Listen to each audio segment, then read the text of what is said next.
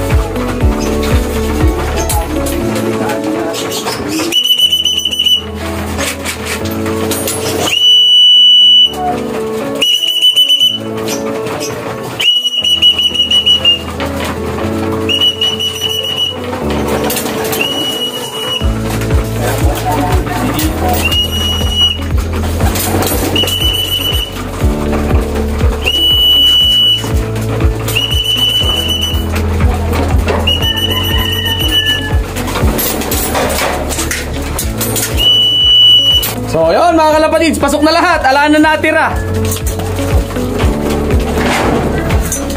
So ganyan natin sila disiplinahin, bata pa lang, sinanay na natin ganyan. So kung magtatanong kayo kung paano natin ginawa yon, basic lang dahil po sa patuka.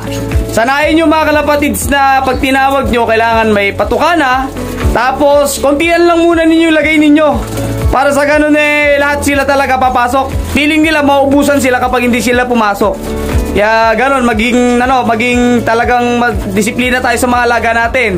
Kung ayaw natin tumambay sila sa labas, kung ayaw natin mahirapan tayo sa kanila, ganun yung gagawin natin. Kaya once na nakapasok na sila, yung talagang binibigay yung patukaan nila, kung ilang takal man lang yan, o ilang kilo, so ibigay nyo na mga kalapatids. Yung ayaw pumasok, yun yung wag nyong pakainin. Masasana yun, kinabukasan, sunod na araw, talagang papasok at papasok na yun kasi alam niyang magugutom siya sa labas.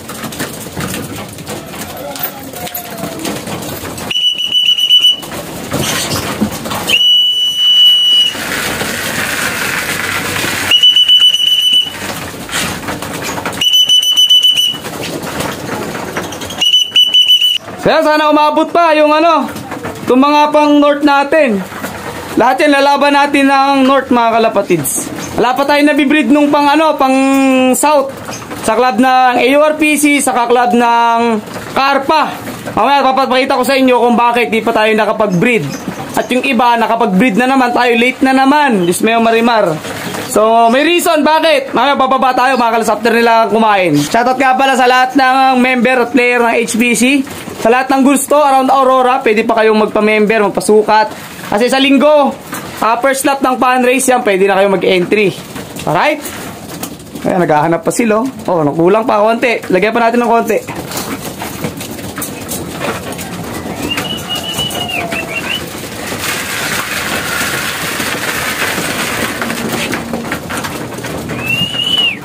Sa condition naman ng mga alaga natin, goods naman mga kalapatids, talagang masisiba naman kumain lahat. So ito na lang talaga hintayin natin, yung rumonda sila ng sama-sama, mag-groupings, mag-ranging na sila para makapag-training na tayo. So after nila kumain, mapaligo tayo ngayon kasi araw din ng Martes. Kahapon kasi di tayo nakapagpaligo, gawa ng marami tayong inasikaso. Tapos ngayong Martes yan, papaligo tayo. Maganda din naman yung panahon para matanggal yung init sa katawan. Gawa ng summer. Kahit araw-arawin yung magpaligo ngayon, pwede. Kung gusto ng ibon natin. Basta self-bath lang. Ito nga yung rason mga kalapatids kung bakit hindi pa tayo nakakapag-breed. Dahil itong breeder section natin, itong mga breeder cage natin, na dati nandun sa kabila. Doon sa may section doon. O dati nandun yan. Nilipat ko na rito sa breedingan talaga natin para sama-sama na lahat ng mga kalapati dito. So di ko pa tapos pinturahan yung maintenance ng pintura. Katulad yan, may kalawang po. Nagkulang lang ng konti sa primer pero itong kabilang side okay na. Tapos after nyan, makakapagsalang na tayo ng mga kalapati natin, mga kalapatids. Lahat to is all in all 8 saka 6, 14, 15, tama ba? 8, 9, 10, 11, 12, 13, 14 15 pairs yung masasalang natin. So okay na yun, medyo marami na rin mga kalapatids for south. So tingnan natin kung ilan yung may sasaksak natin. Pero feeling ko, kasya naman yung mga breeder natin dun eh. Lalos lahat naman may breed, baka sumobra pa nga. So, talagang lahat magagamit natin sa breeding at matesting dito sa mas malayong karera. Gawa ng karpa, medyo mas malayo na rin yung karera nila. Unlike talaga ng mga dating karera. So, pinipilit na talaga ng mga clubs dito na mailayo yung karera namin para masubukan talaga yung mga binibreed naming kalapate. So, abangan nyo ito mga kalapatis kapag nakapagsalang na tayo.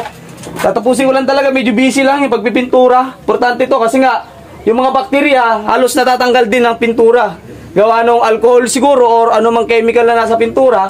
So, medyo nalilesen yung bakterya na naiwan ng mga dating binread natin. Kaya talagang after breeding, kailangan maintenance lagi, pagpipintura, especially yung primer. Para sa ganun, iwas kalawang na, iwas bakterya pa. So, ito mga kalapatids, after kumain, ito yung wag nyo laging kalilimutan. Lalo ngayong summer season na, kahit nga araw-araw, diba? Tayo nga, halos 3 beses maligo sa 1 linggo. Isang araw, brother. Para lang maibsan yung init. May marimar na kakainit na to. Lagi kayo magpaligo. Twice a week, pwede na yon kung di naman kayo masyadong busy. Para tanggal yung init sa katawan ng ano. Saka mapapansin nyo naman minsan umiinom yung kalapati nyo. Sa inuman ng kalapati, doon na sila parang lumulub-lub yung ulo nila. Kaya sign na yan para paliguan nyo sila mga kalapatids. So yung paligo natin, syempre gamit natin Triple X shampoo. Ayan, ng Battlecock mga kalapatids. Halo lahat sa tubig.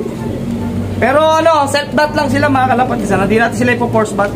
Kasi sobrang init ang panahon ngayon.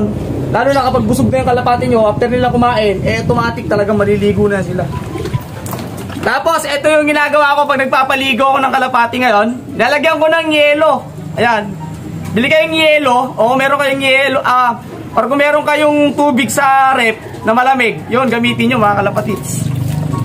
So, nakuha ko lang to kay, kay Pare Derek. Kay Bryrolop Official. Kapag nagpapaligo sila, lalagyan nila ng yelo. Para malamig yung tubig. Talagang, refresh talaga yung kalapati natin. Mura lang naman yung yelo. Ayan, wag kayo magtipid sa alaga nyo. Yan.